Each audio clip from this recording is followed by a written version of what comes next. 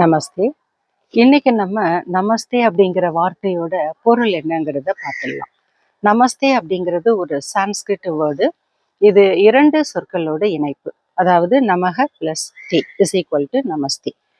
நமக அப்படிங்கிறது இறை வழிபாட்டின் பொழுது இறைவனுக்காக மட்டுமே பயன்படுத்தப்படுகிற ஒரு அற்புதமான, உயர்ந்த, உத்தமமான சொல். ஃபார் எக்ஸாம்பிள், ஓம் ஆதித்யாய நமக, ஓம் விக்னேஸ்வராய நமக அப்படிலாம் சொல்ல கேட்டிருப்போம். இது தமிழ்ல போற்றி அப்படின்னு வரும். அடுத்தது தே. இந்த தே அப்படின்னா உன்னுள் அப்படின்னு அர்த்தம். நமஸ்தே அப்படின்னு சொன்னா நான் உன்னுள் இருக்கும் இறைவனை வணங்குகிறேன்.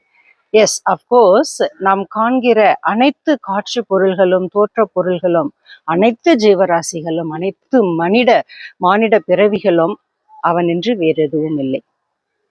ஆகையால் ஒவ்வொரு மனிதனும், ஒவ்வொரு ஜீவராசியும் நடமாடும் தெய்வம், நடமாடும் கடவுள். ஸோ இன்னைக்கு மோஸ்ட் ஆஃப் த ஸ்கூல்ஸ்ல பார்த்தீங்கன்னா எல்லா மக்களும், மாணவர்களும் நமஸ்தே அப்படிங்கிறத கிரீட்டிங் வேர்டை பயன்படுத்த ஆரம்பிச்சுட்டாங்க. ரொம்ப ஆரோக்கியமான, சந்தோஷமான விஷயம். ஆனால் இதன் பொருள் உணர்ந்து இதற்கப்புறம் அதை சொல்லும் பொழுது எந்த நேரமும் ஒரு இறை உணர்வுடன் இருக்கிற அந்த மகா புண்ணியம் கிடைப்பதற்கு ஒரு அற்புதமான வாய்ப்பாக அமையும். ஸோ ஒருவரை ஒருவர் சந்திக்கும் பொழுது இப்படி ஆத்மாஞ்சலி முத்திரை வைத்து ஆத்மார்த்தமாக ஐ டு ஐ கான்டாக்ட் வச்சு தலை வணங்கி நமஸ்தே அப்படின்னு சொல்லும்போது மனசுக்குள்ள இந்த எண்ணம் கண்டிப்பாக வர வேண்டும். நான் உன்னுள் இருக்கும் இறைவனை வணங்குகிறேன், நடமாடும் தெய்வமாகிய உன்னை நான் வணங்குகிறேன் அப்படிங்கிற அந்த உணர்வு மனசுக்குள்ள இருந்து சொல்லும் பொழுது அதனுடைய பலன் இரட்டிப்பு.